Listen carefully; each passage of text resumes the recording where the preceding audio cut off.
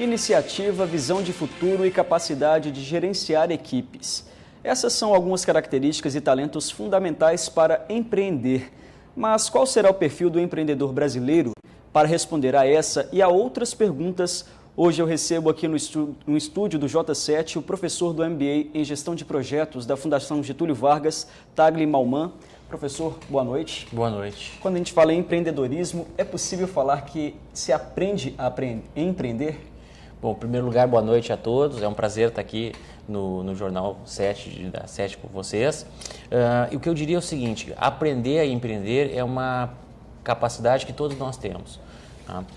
Nós temos alguns tipos de empreendedores que empreendem por necessidade, ou seja, porque não conseguiram uma atividade para conseguir remuneração, para conseguir se viabilizar economicamente, e tem aqueles que realmente identificam a oportunidade.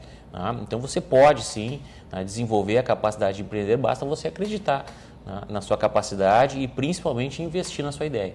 Hoje a gente vê no Brasil um insucesso assim, de alguns empreendimentos, né? Principalmente de pequenos empreendedores. É possível afirmar que tem uma cultura de empreendedorismo aqui no nosso país? O que acontece muito no Brasil é que nós temos uma baixa cultura de planejamento. Tá? Então, quando a gente fala de baixa cultura de planejamento, é que o brasileiro ele gosta muito de fazer o fazejamento, ou seja, eu vou fazendo e à medida que eu vou executando as coisas, eu vou ajeitando da forma que eu conseguir. Tá? Uma questão que a gente tem que imaginar é que quando a gente está pensando em estruturar o negócio, quando a gente está pensando em montar uma empresa, a gente tem que analisar realmente quais são as nossas necessidades, né? Qual é que é o público que a gente está querendo atender. Qual é que é o nosso diferencial? Por que vão comprar da nossa empresa e não de outra empresa? E muita gente pensa que empreendedorismo é só para os grandes empresários, né? E para os pequenos empresários, como que isso se dá? Para o pequeno empresário, você pode pegar, por exemplo, uma pessoa que ele tem uma habilidade de fazer alguma coisa em casa mesmo, ou ele faz um cachorro-quente gostoso, ou faz um salgadinho, um docinho, e ele percebe que mais pessoas podem gostar daquele produto que ele faz, ou até daquele serviço que ele está prestando. Tá? E aí ele pode iniciar um pequeno negócio que muitas vezes é o próprio empreendedor que vai produzir, vai comprar, vai vender, vai entregar. E à medida que vai aumentando as suas vendas, né, muitas vezes ele agrega pessoas da própria família, né, mas é viável sim, é possível sim você começar pequeno. Nem todos os grandes começaram grandes. Professor, numa região como a nossa, que é voltada para o serviço, para o comércio, como empreender? O que a gente tem que pensar é o seguinte, a gente não pode se lançar no mercado para ser mais uma empresa. Tá? Então você tem que ter bem claro qual é que é o diferencial que você está apresentando.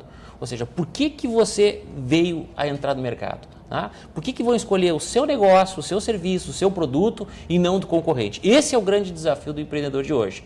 Tá? A grande questão é que muitas vezes as pessoas, quando vão estabelecer, vão montar uma empresa, eles simplesmente vão agir como sendo mais um negócio. Eles viram que um conhecido, ou alguém na cidade montou uma empresa em determinado setor ali que está dando certo, eles eu vou fazer também.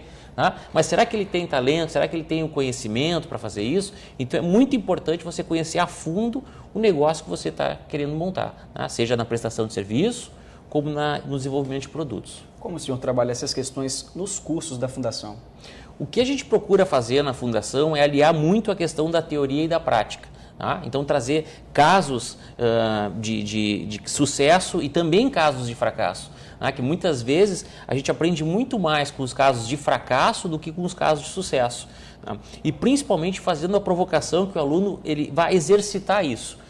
Então, por exemplo, uma disciplina de gestão estratégica, de estratégia de empresas, você vai provocar que o aluno faça um planejamento estratégico, que ele procure entender como é que funciona o mercado, ver quais é que são as variáveis que influenciam o sucesso ou o fracasso da sua empresa.